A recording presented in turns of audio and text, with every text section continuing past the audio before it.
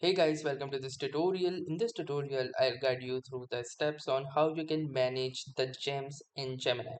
So as we have already discussed that the gems in Gemini are custom specialized AI assistants designed to handle specific tasks, acting as experts for recurring goals.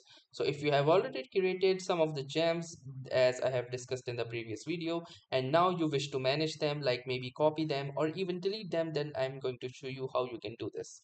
So for that, simply go to the gems section as here over the left hand side, and from here you will see this section that says my gems from labs. Since I have created this using the Google Labs, it is appearing right here, but in your case it might also appear here under the my gem option if you have created using the Gemini itself and not the Google Labs. So now as you can here you can see this is a gem that I had created.